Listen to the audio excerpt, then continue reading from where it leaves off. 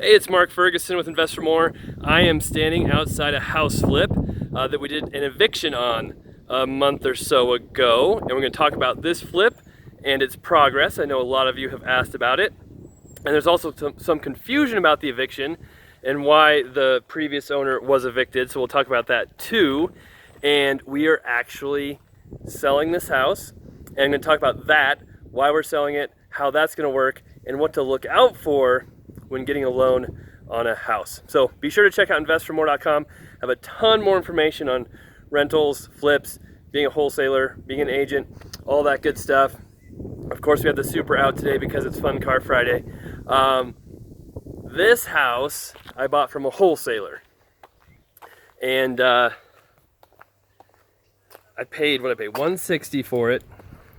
And the story is he had known the previous owner who the wholesaler kind of bought it from. So a wholesaler typically buys houses, sells them to other investors without doing any work, and sometimes without even buying the house, but just to sign the contract.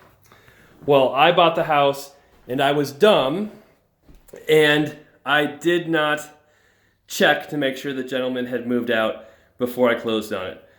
The wholesaler told me he's moving out, said it's all good to go. I got here, all the guy's furniture was still in the house. We were 90% sure he was living here. We tried to do cash for keys where we paid him to leave. He wouldn't respond. And so we had to start the eviction.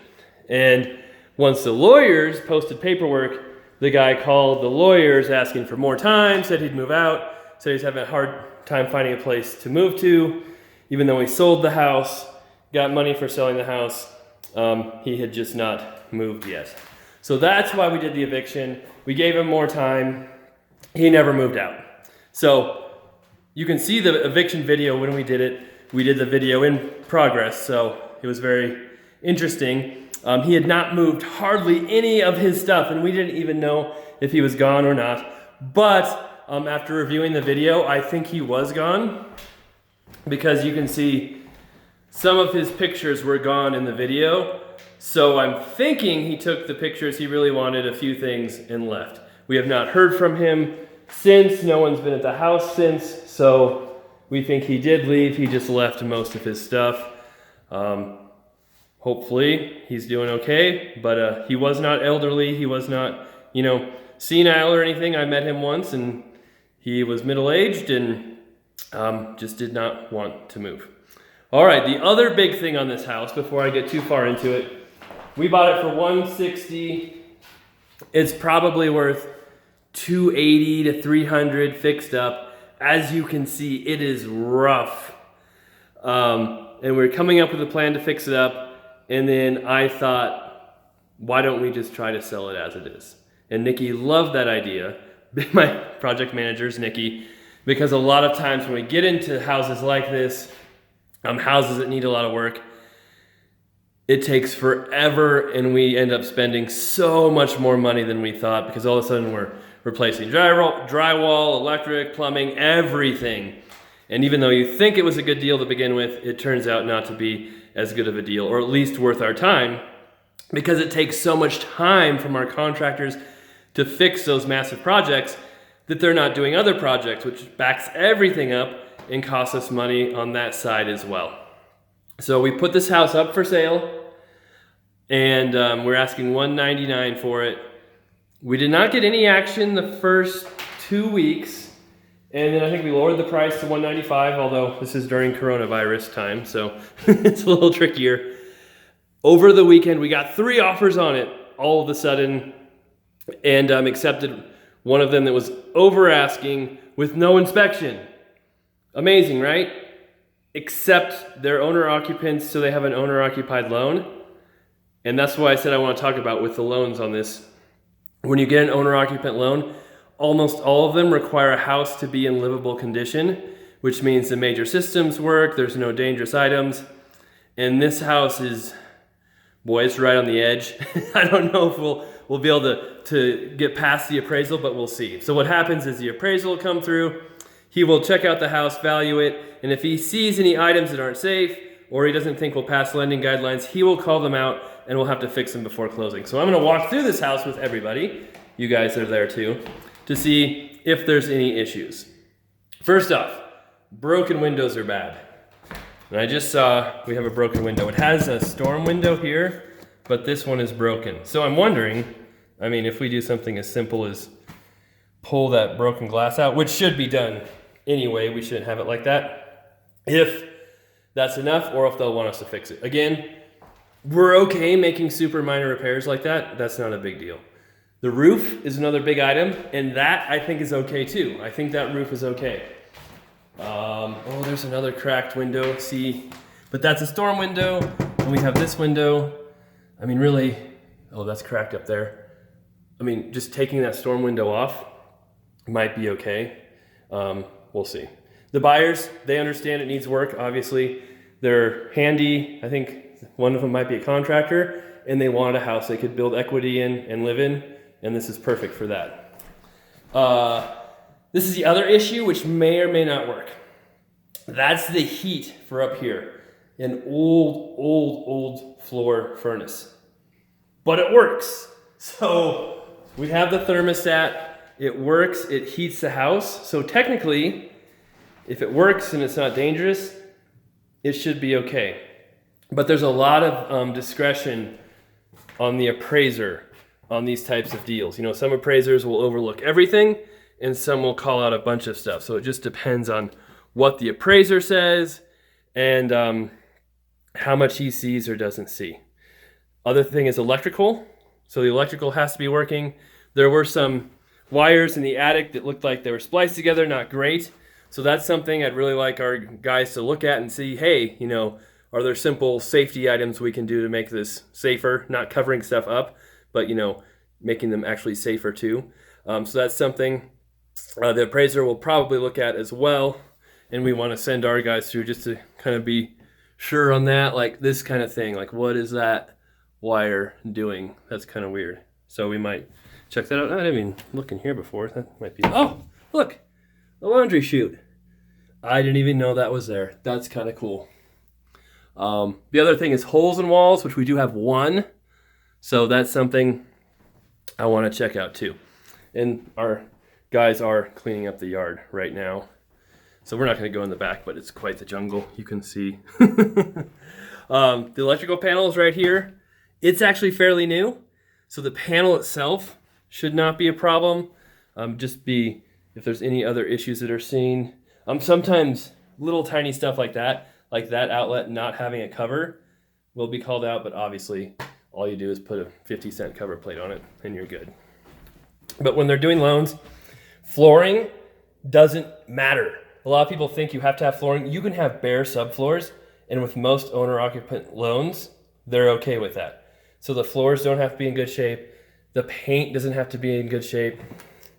You can't have peeling paint though. So you can have faded, bad drywall, but you can't have peeling paint because it might be lead-based paint and dangerous. So that's something to look at too. The bathroom, I don't know if peeling wallpaper counts or not. We'll have to look at that. I'm starting to lose my voice a little bit. Sorry about that. I did my podcast for our Insiders Club earlier today, so I was talking for 45 minutes straight, which I don't normally do. But if you want to be part of that club, it's $10 a month. If you use Instagram, 9 is the coupon code.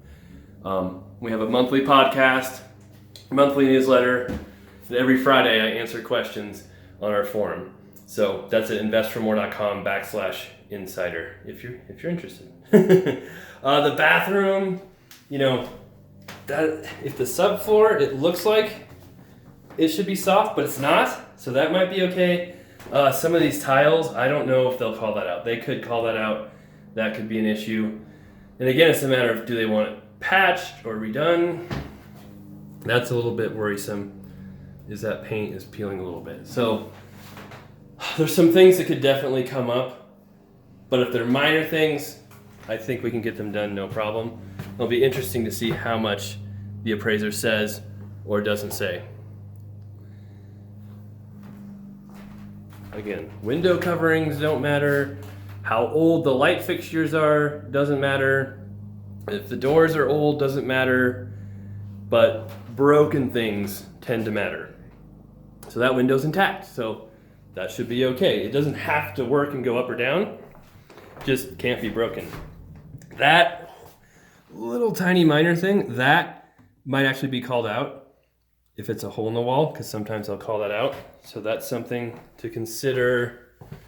There's the attic up there. I did go in there during the eviction, so if you want to see that video, again, I'll link to it below. All right. Kitchen. Again, we have another broken window. Has the outside window, but not the inside window. I wonder what they'll say about that. The kitchen, so old and so ugly, but if it doesn't have to be pretty. Like, you don't even have to have a stove. It's okay not to have a stove. People don't realize that. You don't have to have a fridge. Those are appliances. Those aren't attached to the house. So they don't have to be working. They don't have to be here to qualify for the loan.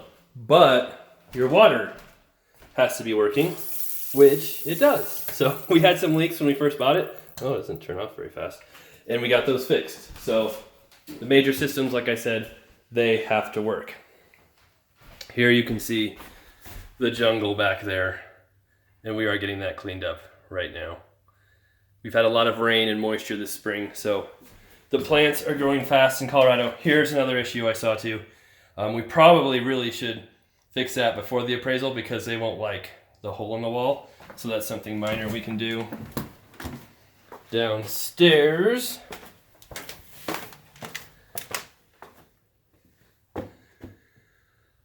it's kind of finished, it's kind of not finished. So, oh, there's peeling paint. So that's something, doing a little leak before.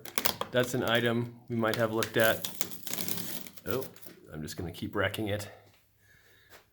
Oh, a hole in the door. See, that's the little tiny stuff that some appraisers might call out, some won't care about. Just depends on the appraiser. This room in here is very ugly. This is a great murder room with a murder pit in it that goes down there a ways. We think that was some kind of well for the yard, if I remember right. Oh, in the first video, a lot of you said there's a picture of someone tied to a chair right here. That was not a picture of someone tied to a chair. It was a baby in a high chair. So I know it looked kind of weird from the first angle, but don't worry, there wasn't someone actually murdering people down here. It was a baby in a high chair. All right, this, having the open flue like that, might be an issue, might not. Just depends on the appraiser again and what they want that to look like. Then we have the laundry room here. This is where the leak was. Well, there's a light back here. So here's some issues in here we'll look at. Oh, that's ugly. We should get that cleaned up. But that sink was clogged up and leaking and just overflowing all over. So obviously we fixed the drain, fixed that, but that's super ugly. We should definitely get that fixed. This right here, I don't know why they taped cardboard up right there, but that's an issue that might be called out too, so something we should look at. And we have kind of two more bedrooms back here. They don't have egress windows, but they would be grandfathered in as bedrooms because the house is so old and probably finished a long time ago. And the appraiser doesn't care if they're egress windows or not. Another old space heater, which is the heat for down here. I am not sure if that one works. We have never tried it. I was not brave enough to turn that on. And then we have another room back here, the black room. And again, there's a cracked window too. So that's something, it's like, it's taped. Does that work? That might get called out. We'll see. So that's the house. We bought it. I should have come here and looked at it first, but the guy was still here. He would not leave. We gave him literally months to leave and find a place, and he would not do it. So we had to evict him. We got the eviction done right before the coronavirus shut down because we could not do evictions for a couple months there. And now instead of rehabbing it and repairing it, I'm sorry, I know some of you would want to see this one after we fix it up. we're gonna try and sell it as it is and see how that goes. Now, there's no guarantee that that will happen. We could have issues, it could fall apart. And who knows, maybe in the end we'll decide to come through and fix it up. But for right now, that's the plan. We'll see what happens. And we'll make 20,000 maybe, because we will have selling costs. You know, the buyer has a real estate agent who we have to pay a commission. We've had cleanup costs, we've had some eviction costs, and some financing costs. But we'll be selling it quick and not taking up a bunch of our resources, which is nice for us. All right, so I'll keep you updated on this one. Let you know if we actually sell it or not. Again, don't forget to check out the Insiders Club if you're interested. We are doing the podcast later today. It's already done, but it'll be released later today. Check out investormore.com for much more information on everything we have going on. We love it when you guys like our videos. That helps us out, so be sure to do that. We love new subscribers, so thank you for joining us. And I love seeing all the comments and letting me know what you guys think. Even if you're mad at me for selling this one and not fixing it up, I'm sorry. And for one more update, the compound where we had the 3 properties, the 3 houses and commercial property, we do have an eviction date for the 3rd property now. So we did cash for keys for 2 of those properties. We now can do evictions again in Colorado, and I think June 4th, the hearing is scheduled. So we might be able to see that one soon too. And that will be a crazy eviction because they have campers, cars, semis, all kinds of stuff. All right, take care. We'll be back with much more soon.